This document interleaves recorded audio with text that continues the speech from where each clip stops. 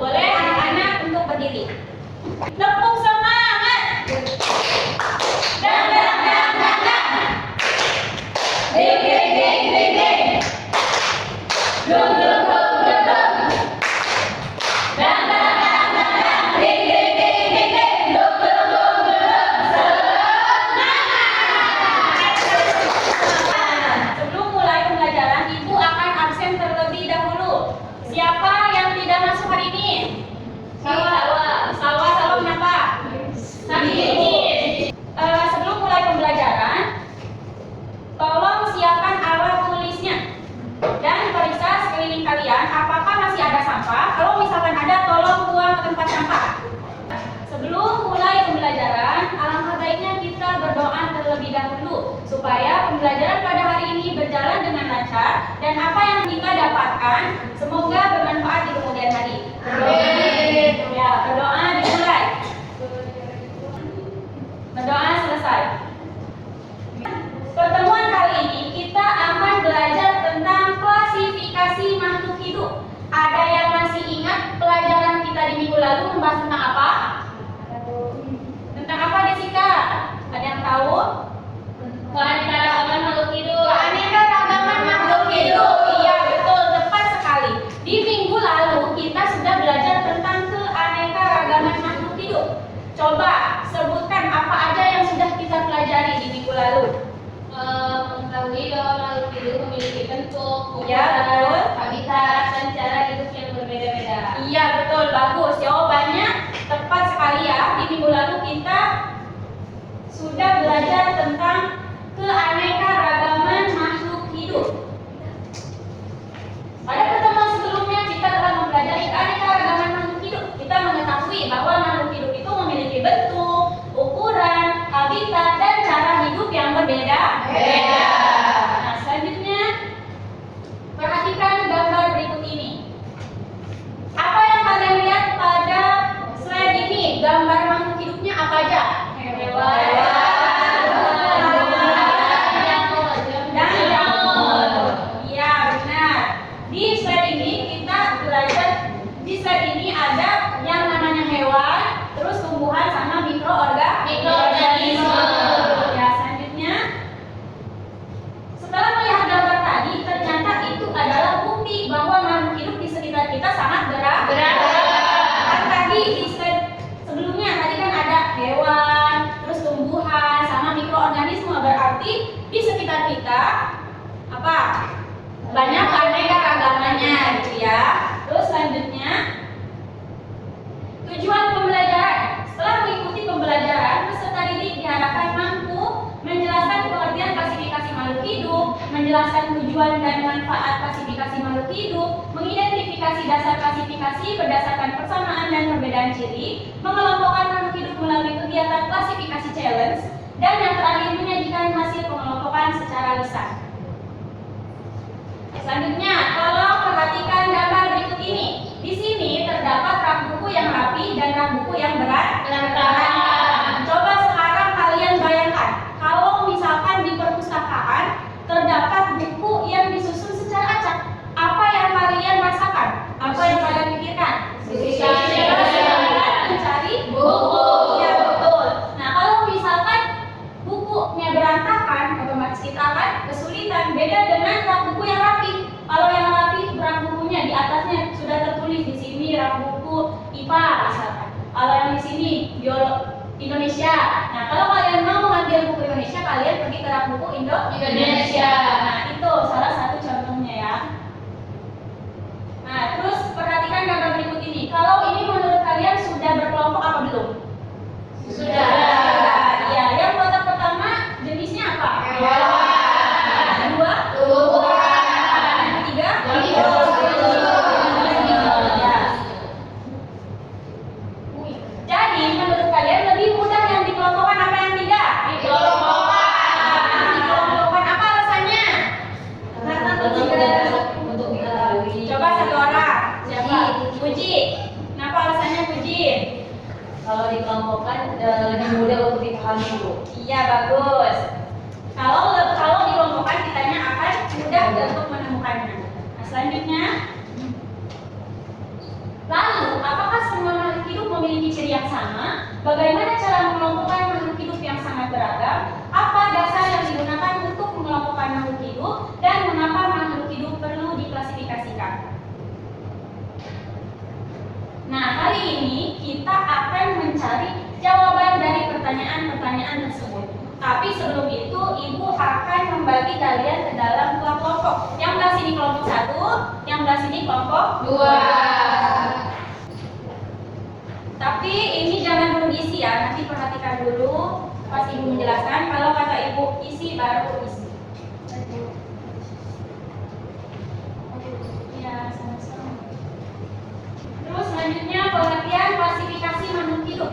Klasifikasi makhluk hidup adalah proses pengelompokan makhluk hidup berdasarkan persamaan dan perbedaan ciri yang dimilikinya sehingga lebih mudah dikenali, dipelajari, dan dibandingkan. Tadi kan di slide-slide sebelumnya juga sudah disinggung ya bahwa klasifikasi itu salah satunya mengelompokkan makhluk hidup. Nah, selanjutnya tujuan dan manfaat klasifikasi. Tujuan mempermudah mempelajari makhluk hidup. Terus yang kedua, mempermudah identifikasi makhluk hidup. Kalau misalkan kita mau penelitian tentang hewan, kalau misalkan sudah diklasifikasikan, maka akan membuat pekerjaan kita mudah. Terus yang ketiga, mengetahui hubungan kekerabatan. Ada yang kekerabatannya jauh, ada yang kekerabatannya dekat. Nah, itu kalau sudah diklasifikasikan maka akan mencapai tujuan yang ketiga itu. Nah, terus manfaatnya apa sih manfaat dari klasifikasi ini? Yang pertama, memudahkan penelitian yang tadi sudah dijelaskan ya. Terus yang kedua, memudahkan komunikasi ilmiah, dan yang ketiga, memudahkan mengenali makhluk hidup. Terus dasar klasifikasi makhluk hidup. Dasar klasifikasi makhluk hidup itu dibedakan menjadi dua. Yang pertama, persamaan ciri. Yang kedua, perbedaan ciri. Persamaan ciri apa aja? Bentuk tubuh. Misalkan bentuk tubuhnya ada yang kecil, besar. Terus habitat. Kalau habitat contohnya kayak gimana? Ada yang di darat, ada yang di air ya. Tuh. Terus cara berkembang biak, ada yang kelahiran, ada yang ya. Terus jenis makanan, daging, ya banyak ya. Terus perbedaan cirinya, ukuran tubuh. Kalau ukuran tubuh berarti yang besar, kecil. Terus alat gerak, struktur tubuh. Lanjutnya klasifikasi challenge. Nah, tadi kan Ibu sudah bagikan kan LKPD-nya. LKPD-nya itu ada dua. LKPD yang satu ini kalian di sini ada permasalahan di LKPD 1 ini nih. Di sekitar kita terdapat berbagai jenis makhluk hidup dengan ciri yang berbeda-beda. Bagaimana cara mengelompokkan makhluk hidup yang sangat beragam agar lebih mudah dipelajari? Nah, itu masalahnya ya. Terus kalau di LKPD yang kedua, kalian menempelkan kartu yang sudah Ibu bagikan tadi di LKPD yang kedua.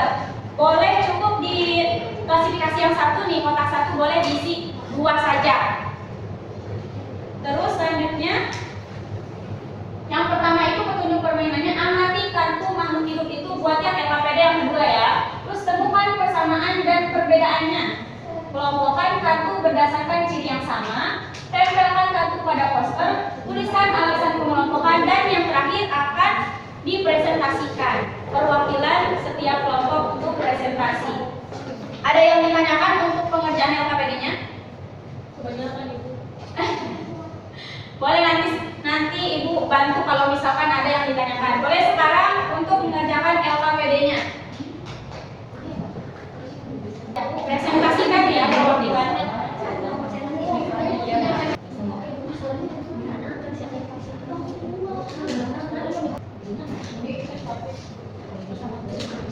Waktunya 5 menit lagi ya. Nah, sekarang perwakilan kelompok untuk mempresentasikan 2 orang ya. Setiap kelompok presentasi 2 orang. Kelompok yang 2 dulu.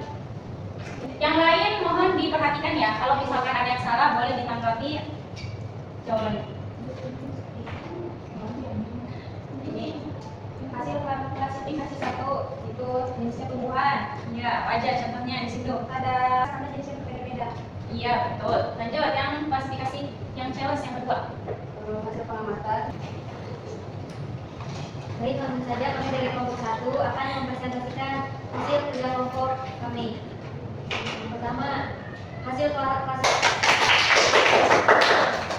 Nah, apa sih tujuan dari Ibu memberikan LKPD kepada kalian ini? Tujuannya agar kalian mampu mengklasifikasikan atau mengelompokkan makhluk hidup yang ada di sekitar kita. Nah, terus selanjutnya kesimpulan, makhluk hidup sangat beragam. Klasifikasi dilakukan berdasarkan persamaan dan perbedaan ciri. Klasifikasi bertujuan mempermudah mempelajari makhluk hidup. Dan yang terakhir, klasifikasi memiliki banyak manfaat kehidupan sehari-hari. Selanjutnya Ibu mau ada review materi dari kalian 3 orang. Nanti kalau ada yang mau review materi ini, nanti akan Ibu kasih nilai tambahan. Ibu yang nomor 1 siapa? Elo. Aku nomor 2, Bu. Nomor 2 Umel. Nomor 3 siapa? Aku.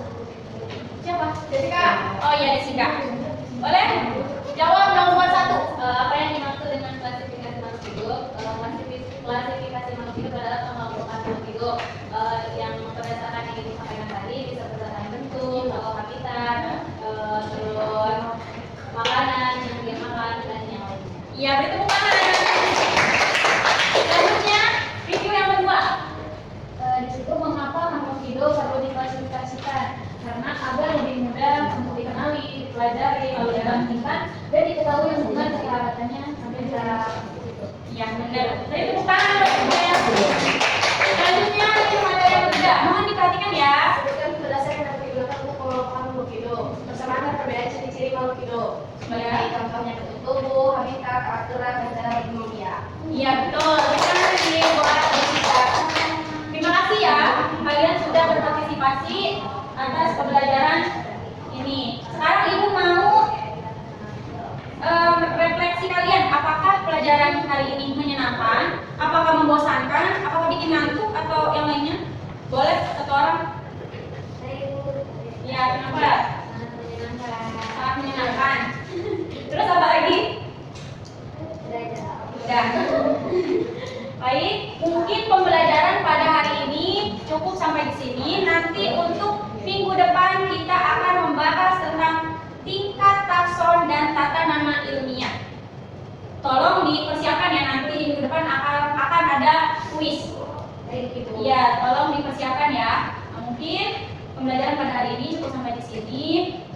Sebelum Ibu tutup, alangkah baiknya kita mengucapkan ayatul hamdalah.